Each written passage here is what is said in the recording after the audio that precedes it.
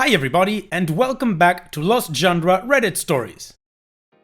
This post is from the subreddit Relationships and it's by user Taway190. Me, 26 male, with lady I'm dating, 24 female, for 3 weeks. Her most recent ex drunk dialed me and we ended up having a heart-to-heart to help him move on. She's really angry with me. This is an odd one. I met Jay at my friend's party a month back. We hit it off from introductions. She's cute, smart, and funny, and we exchanged numbers. Due to work and other commitments, we've actually only had about 4 dates, but we've been texting and talking constantly. Now, Jay was in a relationship with R for about a year and a half and broke up about 2 months before meeting me. From what Jay told me, the breakup was her idea as R refused to work on the issues they had been having. Last Friday, I met up with Jay and a few of her friends at a bar, but I left early to help my roommate with an emergency. Post-emergency, my roommate and I had a drink since it was too late for me to go back to the bar. This was around 1 AM. That's when I got a call from R. He introduced himself as R, the guy who's in love with Jay. Now, I must say, I don't know why I had a conversation with this guy, but I did.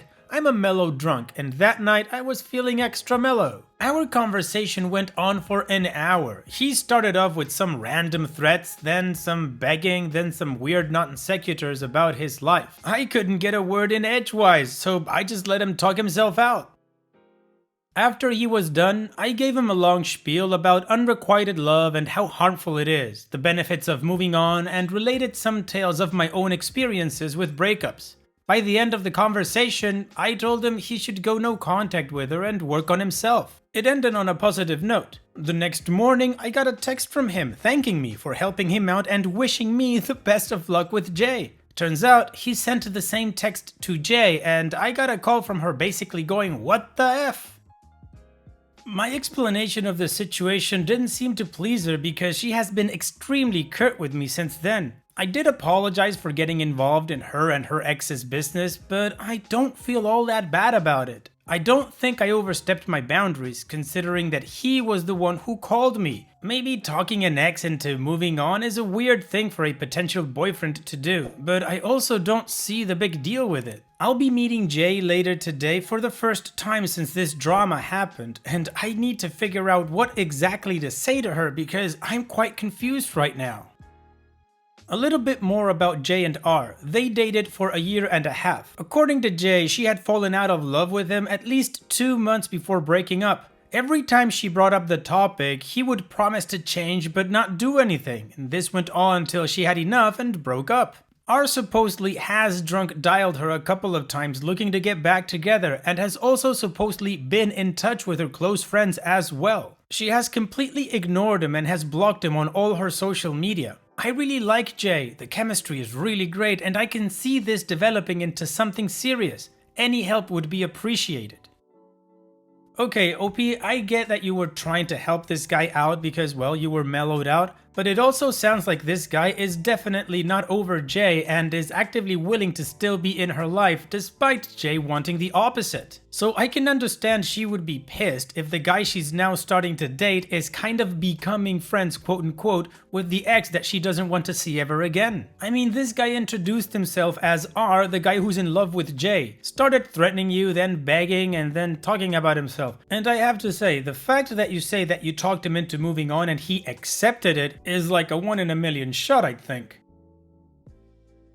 There are reasons why she doesn't want him in her life, and I think you should respect that. Personally, I think that R should have moved on after having these types of conversations with his friends, not the guy his ex is currently dating. That's just weird, in my opinion. And what do you guys think? What would you have done if you had been in OP's shoes and the ex calls you? Let me know in the comments section, and now let's move on to the community comments to see what they said. Life Fantastic says, the thing is, if he's bothering her to the point where she's blocked him on everything, you talking to the guy, at least in her mind, is you opening a doorway to her ex into her life. As another poster has said, he likely does this to other people in her life. Not only does she probably see this interaction as butting into her past, but she also might be afraid that he'll use his interactions with you to try to bother her again. I would explain that her ex called you and you were unsure what to do other than listen to him ramble. Apologize for entertaining someone who has been bothering her and ask her what you should do if her ex attempts contact with you again. I Got Lost in Zork says, I spent 4 years of my life dealing with a stalker, and I'm not calling the ex-boyfriend a stalker, but I definitely feel like he has some of the same unhealthy attitudes that my stalker had. My stalker would love to talk about me with our mutual friends, or really anyone that would listen. The friends were on my side, telling him that he should let things go and move on, but it never got through to him. I firmly believe that talking with them was just adding fuel to his unhealthy obsession with me. It was enabling him to spend more time thinking about me, hearing about other people's perspectives regarding me, etc. The stalking only stopped after I cut all contact with the mutual friends too. I was also really uncomfortable whenever I heard from these mutual friends that they'd been talking about me. I wanted to cut the stalker out of my life, and it felt kind of violating, inappropriate, to hear they'd been discussing me. Please try to understand where I'm coming from and where your girlfriend may be coming from. This comparison really jumped out to me when I read your post, and I truly believe that your conversation is encouraging him not to move on despite how much he may act like it is. Flu Plays Games says, she's gone no contact with him and cut him out of her life. You've helped him reach that barrier by talking to him about their relationship. As others have said in the thread, he can't have a relationship with her, so he's trying to build relationships with her friends so he can still be a part of her social circle and therefore part of her life. I'm sure your intentions were good, but you've rather ignorantly done what you think was best for you and the ex rather than ask your girlfriend what she wants and what's best for her. It's her ex. It sounds like she's already dealing with it, and you should trust her and respect her choices. You've gone behind her back and talked about her relationship with the person she's chosen to cut out of her life. Alright, well, I think OP got some pretty solid advice and insight, and he didn't respond to any comments or give us an edit. So let's just jump straight into the update and see how this story ends. Thanks for all your messages, folks. Got to hear a lot of perspectives and had a chance to introspect before I met up with Jay. I met her later that day, and we've been keeping each other company since then. So suffice to say, we worked things out and it went better than expected. But you guys want details, so here goes.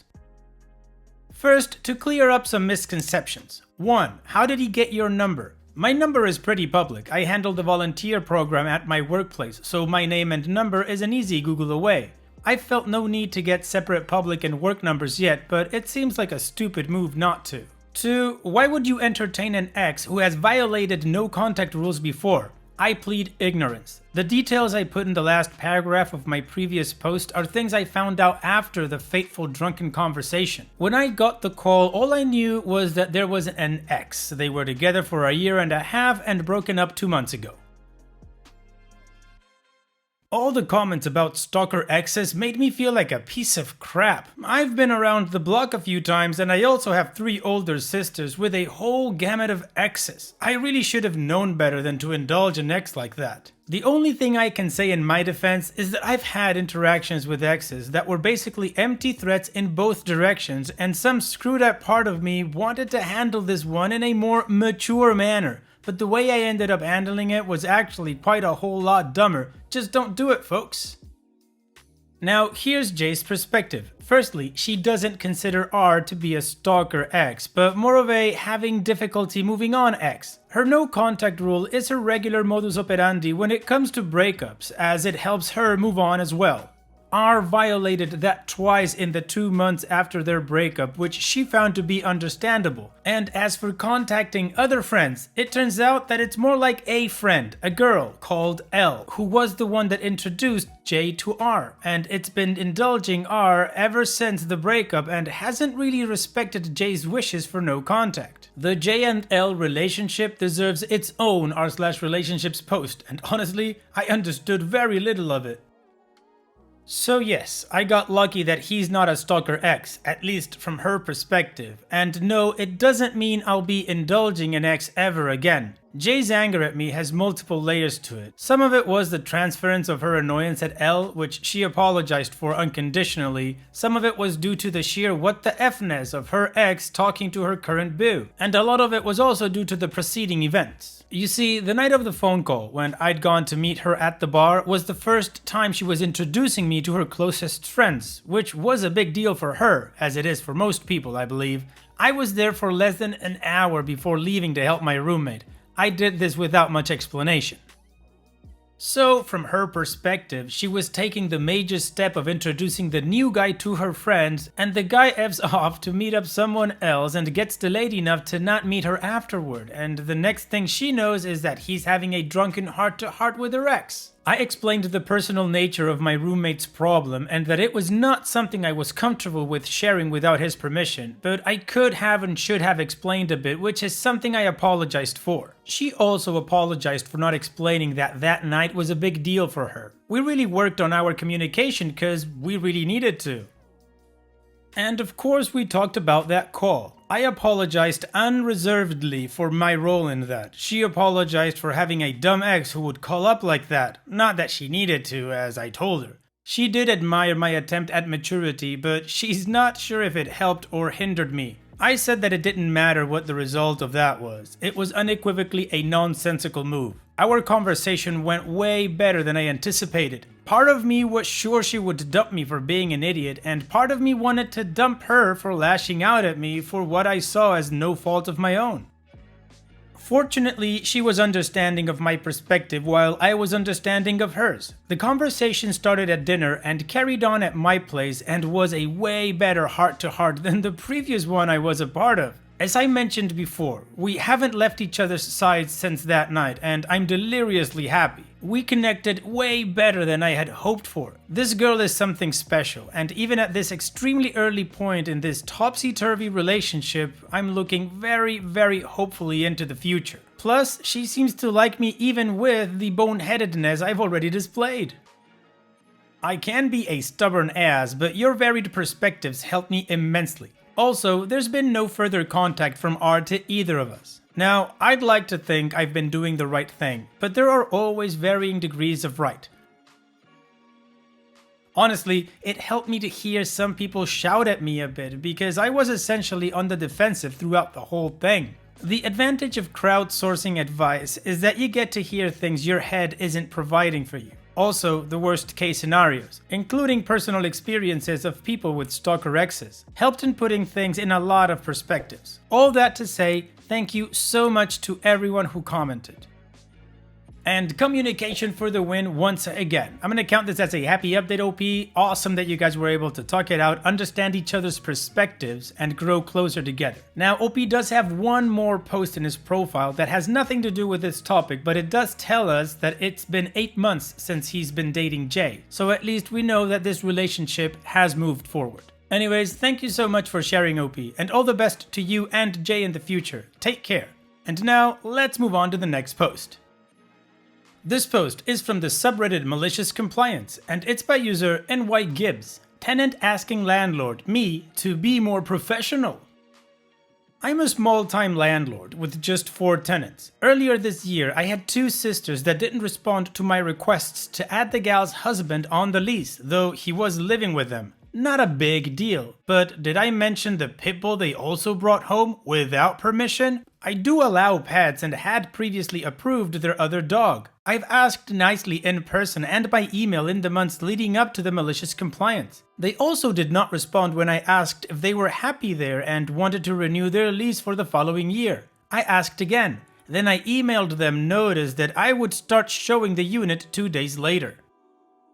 I try to be a nice landlord, I do. They had a newborn as well, so I scheduled all the showings within a 2-hour window on the same night so I could be in their space as little as possible. Also, because they had not responded and it was now serious crunch time for getting another tenant and my spouse worked all the following 2 weeks during the evening's showing hours, I had the delightful inconvenience of bringing my 2- and 6-year-old children with me to the showings, because I am not a corporation. I'm a small-time family landlord with kids.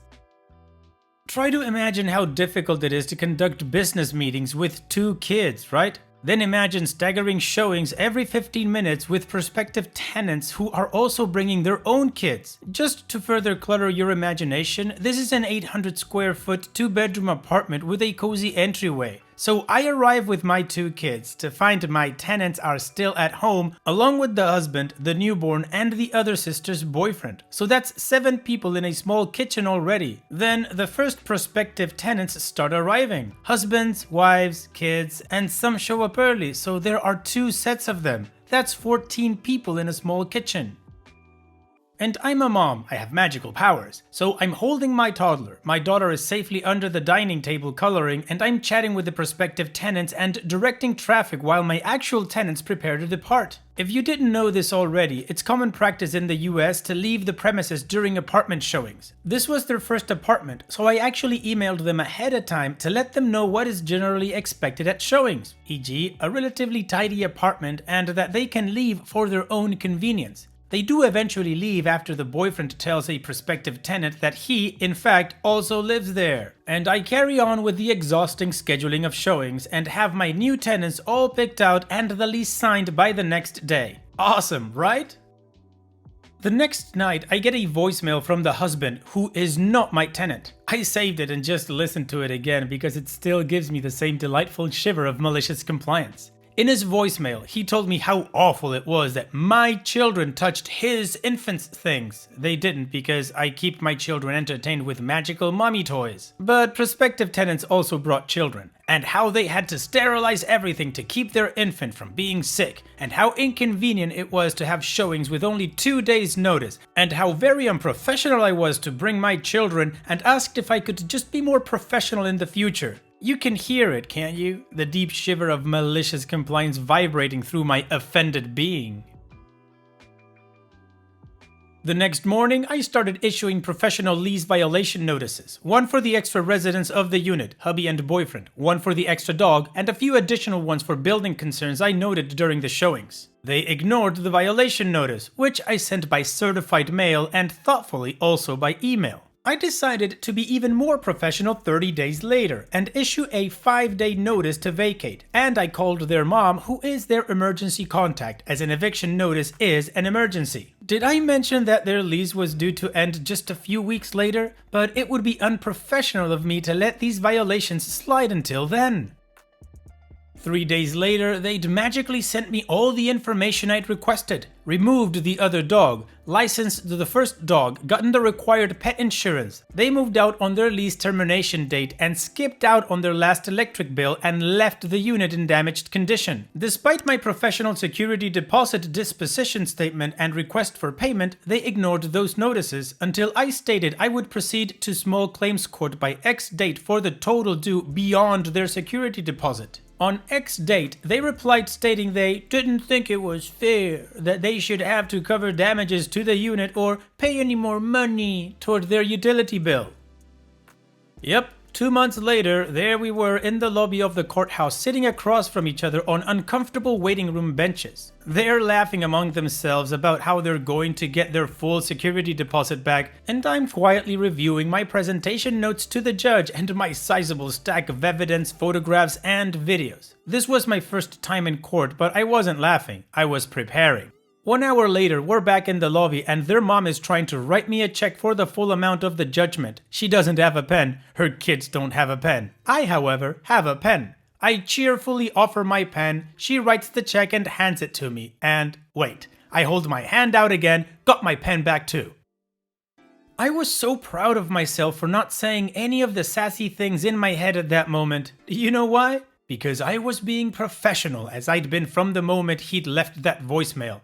As a last note, I do acknowledge that it would have been better if I hadn't brought my children. However, if you have kids, you'll understand that sometimes they simply have to go where you go. Well, OP, they requested professional, they got absolutely professional OP. Good for you, thank you for sharing. And it's that time that we've reached the end of the video. I hope you enjoyed today's stories. I really did enjoy reading them to you.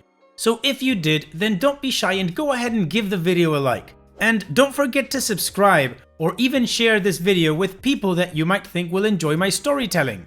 Also, if you have the time, Go down to the video description and check out all the links I have for you, from our Discord community to my channel merch. And finally, I'd like to say thank you for watching. It really means a lot to me that you enjoy my videos. And having said all that, I'll see you guys in the next video.